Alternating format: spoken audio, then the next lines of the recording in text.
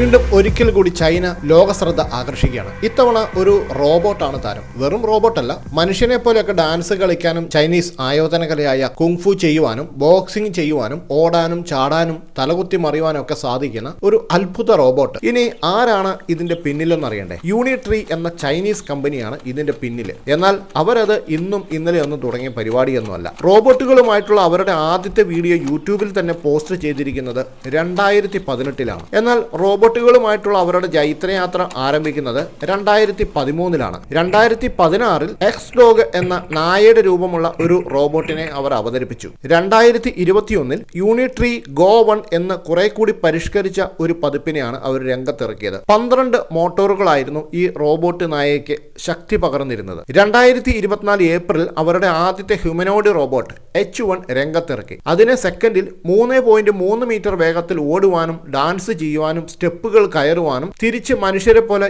ഇറങ്ങുവാനും മറ്റു ജോലികളൊക്കെ ചെയ്യുവാനും ഒക്കെ സാധിച്ചിരുന്നു. ഏതാണ്ട് മനുഷ്യരുടെ ശരീരഘടനയ്ക്ക് സമാനമായ ഉയരവും വലുപ്പവുമൊക്കെ ആയിരുന്നു ഇതിന് നൽകിയിട്ടുണ്ടായിരുന്നത്. 2024-ൽ H1-ന്റെ പുതിയ വെർഷൻ G1 എന്ന പേരിൽ രംഗത്തിറക്കി യൂണിട്രീ ലോകത്തെ ഞെട്ടിച്ചു. ഇതാണ് ഇപ്പോൾ ചൈനീസ് പുതുവർഷത്തിൽ താരമായിരിക്കുന്നത്. ഈ റോബോട്ടിന്റെ പിന്നിലേക്കുള്ള മലക്കം മറിച്ചിൽ കണ്ട് സാക്ഷാൽ എലോൺ മസ്ക് വരെ അത്ഭുതപ്പെട്ടു പോയിട്ടുണ്ട്. മനുഷ്യ ശരീരങ്ങൾക്ക് പോലെയുള്ള ഫ്ലെക്സിബിലിറ്റി, കൃത്യത, ഏത് സാഹചര്യത്തിലുമുള്ള ബാലൻസിങ് എന്നിവയൊക്കെയാണ് ഈ റോബോട്ടിനെ മറ്റ് റോബോട്ടുകളിൽ നിന്നും വ്യത്യസ്തമാക്കുന്നത്. അത് മാത്രവുമല്ല, ഇപ്പോൾ അത് അവർ വിൽപ്പനയ്ക്ക് എത്തിക്കുകയും കൂടി ചെയ്തു. ഒരെണ്ണത്തിന്റെ വില $16,000, ഏതാണ്ട് 15 ലക്ഷം ഇന്ത്യൻ രൂപ. ഇനി ഇതിലും കൂടിയ പുതിയ ഒരെണ്ണം കൂടി വരുന്നുണ്ട്. അതാണ് യൂണിട്രീ H2.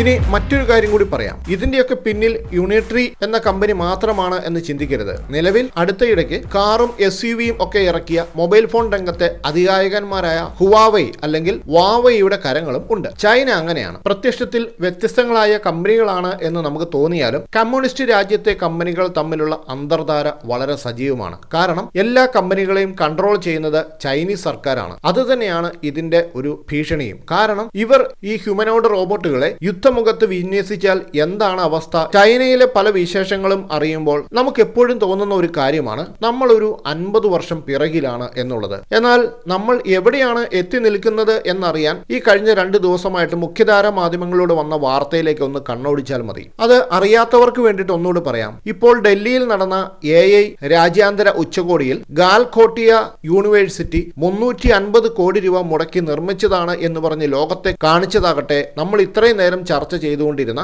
ഈ യൂണിട്രീയുടെ റോബോട്ടിക് ഡോഗിനെ ആയിരുന്നു. അവിടെ നടന്നത് ഒരു രാജ്യാന്തര പ്രദർശനമായിരുന്നു എന്ന് ഓർക്കണം. നാണം കടാൻ പിന്നെ വേറെ വല്ലതും വേണോ? ഇവിടെയാണ് നമ്മൾ ഇപ്പോൾ എത്തി നിൽക്കുന്നത്. എന്തൊരവസ്ഥയാണല്ലേ. അപ്പോൾ മറ്റൊരു വിശേഷമായി വീണ്ടും കാണാം. നന്ദി.